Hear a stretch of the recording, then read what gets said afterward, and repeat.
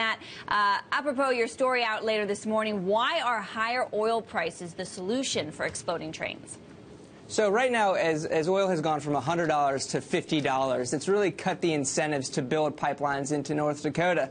Nobody wants to build a massive billion-dollar project of a pipeline that's going to take years to build when no one's really sure what production is going to be like there. Lower prices make it more attractive for oil companies to actually use rail more than they're using it even today, which is about 70% of the crude that's coming out of North Dakota is leaving by rail. With prices where they are right now, they want to get those barrels to the coasts, to the East Coast, to the Gulf Coast, and to the West Coast, where refiners are stuck taking higher-priced imports. And the only way to get it to the coast really is by rail. Matt, it's sort of hard to say, but who would you say is responsible for the exploding trains?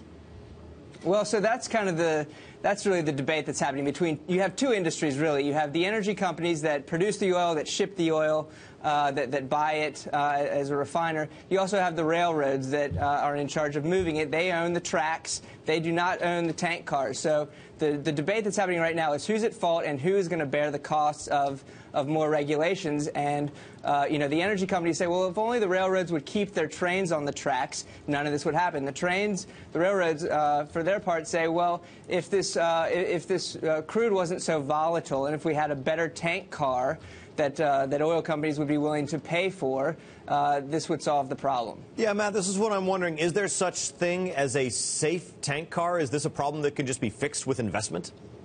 I mean, that is really up in the air right now, because the tank cars that were involved in the West Virginia explosion were some of the newer models. They were thought to be safer. They have thicker shells. They have better, tighter valves, better braking systems. They exploded. Those things were only going 30 miles an hour. It was a straight track. They exploded when they derailed, and so that raises questions about, you know, how we can really impact this with stronger tank cars that the feds are supposedly going to be mandating in a couple weeks. And that gets to issues about how volatile this oil is that we're putting in that, and whether we should focus on making that oil that's coming out of North Dakota less volatile.